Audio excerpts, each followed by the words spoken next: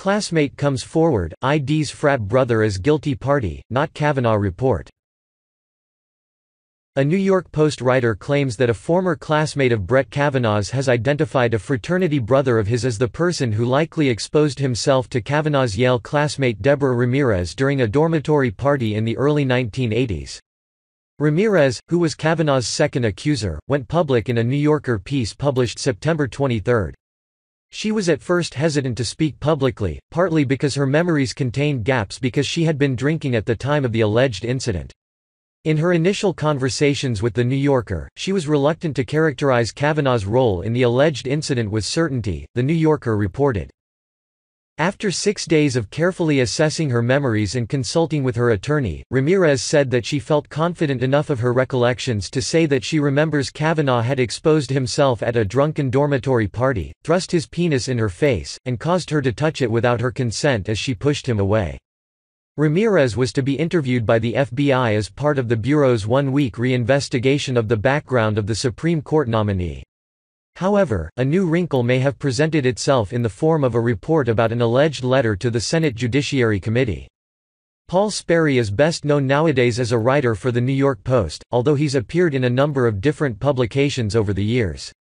On Sunday afternoon, he tweeted about the existence of a letter from a classmate of Kavanaugh's at Yale has sent a tip into the Senate Judiciary Committee identifying a fraternity brother known for exposing himself as the likely boy who exposed himself to Debbie Ramirez. Breaking: a classmate of Kavanaugh's at Yale has sent a tip into the Senate Judiciary Committee identifying a fraternity brother known for exposing himself as the likely boy who exposed himself to Debbie Ramirez. It's unclear what the original source for this is and Sperry does not elucidate. Few media outlets have picked this up yet and there does not seem to be much corroboration. So, what does this mean? As for the existence of the letter, while Sperry has made it clear both on his Twitter account and his writings for The New York Post that he does not believe the allegations against Judge Kavanaugh, he's also usually not blatantly wrong on these sorts of things.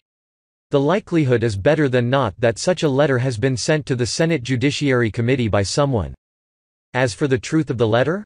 Well, that's the problem with almost every piece of testimony in the Kavanaugh case. It's sketchy at best, usually uncorroborated and could likely be contradicted by other testimony the committee's already received.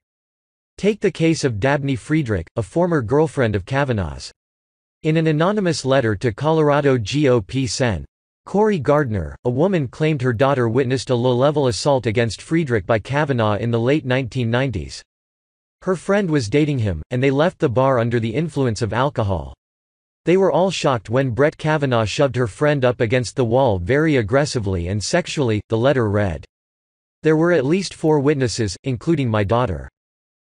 And that letter was almost immediately contradicted by the former girlfriend in question.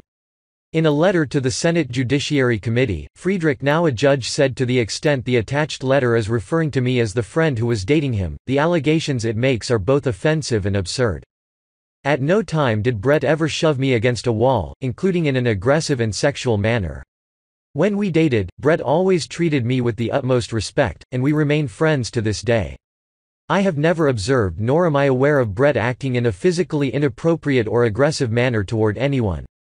And then we have a Rhode Island man who is now under investigation for making false statements to the Senate Judiciary Committee about a sexual assault he initially said Kavanaugh perpetrated in the mid-1980s.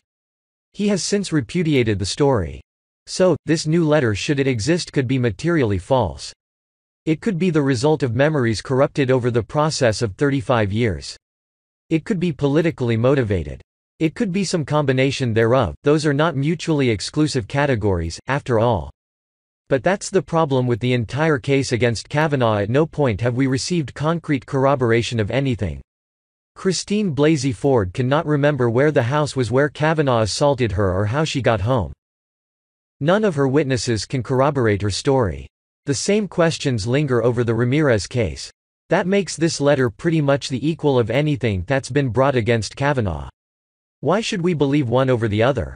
This is the problem of throwing these unverifiable cases against a public career that has been unmarred by personal or professional misconduct.